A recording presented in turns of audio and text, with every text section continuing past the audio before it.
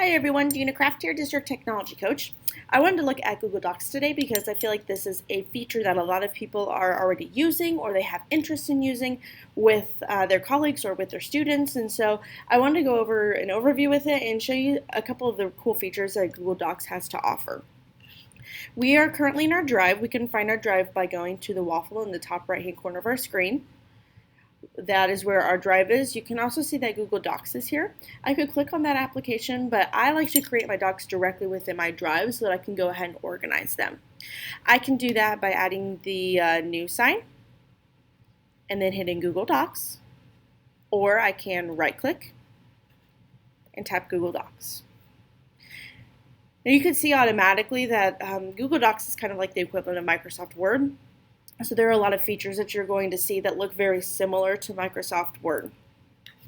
One thing that you're going to want to do immediately is to give this document a title. Otherwise, it's always going to say Untitled Document, and then you might have 10 different untitled documents and you're not sure what is what.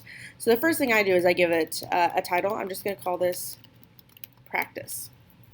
So now whenever I'm looking for this document, I can look under Practice, and that's where I'm going to be able to find it.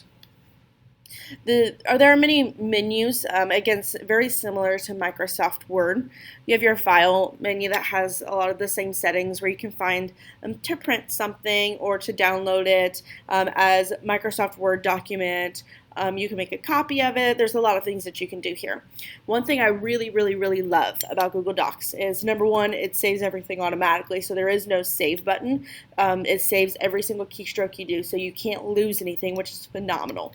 But you might accidentally delete something, or if you have students collaborating on a document and you want to be able to see what people are saying, there's this version history, and then you can see version history. I only have one version right now because this is a brand new document. I haven't done anything with it, but we're going to come back to this so that you can see how you're able to see what was typed, who typed it, when it was typed, and you're able to restore older versions in case you do accidentally delete something.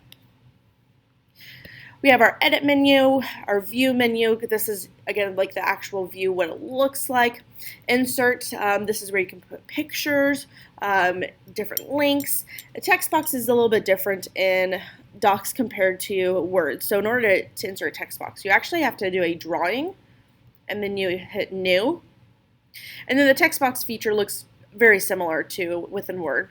You draw your text box, and then you type what you would like to put in there. When you save and close, then again, it will insert your text box, and then you can move your text box like you normally would with anything else. You're able to format how the paragraph style looks if you want to put bullets in. But this is a really cool feature. Underneath the tools, there's this voice typing feature. So you are able to say things and it'll type for you. You have to give it permission to your microphone in order for this to happen. But if I click here, anything that I say while this is read, it will type it out for me, period. Space.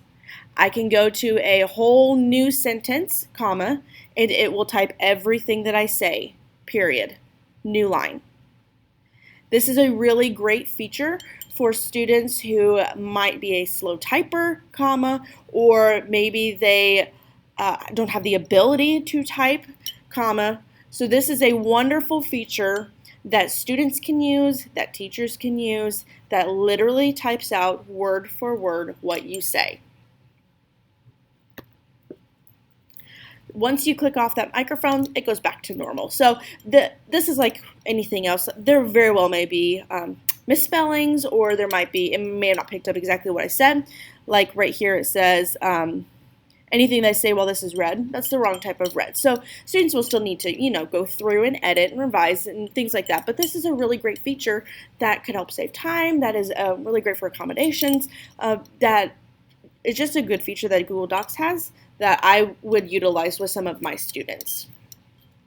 Another great thing about Google Docs is that you have the ability to comment on something without changing it. So if I have a student that is typing an essay, or if I'm collaborating with a teacher on something, I don't want to necessarily change it, I just want to add in my thoughts.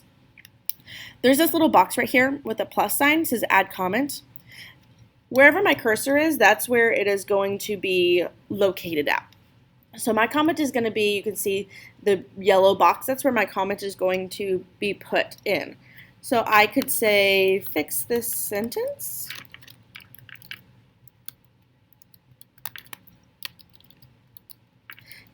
And if I type in the @ symbol, this is going to actually bring up specific people. So whenever I put in, this is going to go to Amanda Gibson. She will actually get an email saying, hey, a comment has been assigned to you. Go ahead and read it. So I can give it to specific people, and I can make sure that they get notifications for that, which is really great as well. So I can comment on different things without changing things and just giving suggestions. When I am ready to share this with people, I want other people to have access to this, I'm going to go up here to this blue button up here that says share. And then I'm going to be able to type in exactly who I want to share this with. And I have even more capabilities. So I can say, all right, I want her to be able to edit it, I want her to be able to comment, or I want her to be able to view. So if this is with a student that you don't want them to be able to edit something, then you could put view. Or if it's something you're like, hey, yes, I do want them to be able to edit it, you can set those permissions however you want.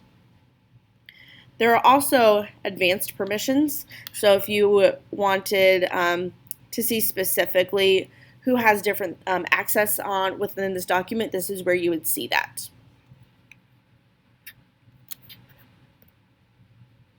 You can also get a shareable link. So you can get a link that you could share directly with your students, and you just copy and paste and send that directly with your students. And you can also set the permissions for that. So I have right now anyone with this within our domain with the link can access it, and I have it that anybody can view it. If I wanted it to be just for specific people, I would have off, and then I would share it with those specific people. If you're wanting to share it with people outside of our Mattoon domain, you'd want anyone with a link can view it. So anybody in the entire world with this link would be able to see what your document is. So you have a lot of permissions, and you have a lot of ability to set what works best for you and what you want people to be able to actually access. Now, once something is shared, if I go back to my drive, it's going to be on my drive. If it's shared with me, I can go back to my drive on the left-hand side, go to the shared with me, and this is where it will be located. So when Amanda gets on, because I shared the document with her, it's going to be in her shared with me menu, and then from there she can add it to her own drive so that she has better access to it. Here are just some of the really great features that Google Docs has to offer. There's tons and tons of different things that you can do with it, but this is just a basic overview of some of the really great things that you can start to utilize as soon as you're comfortable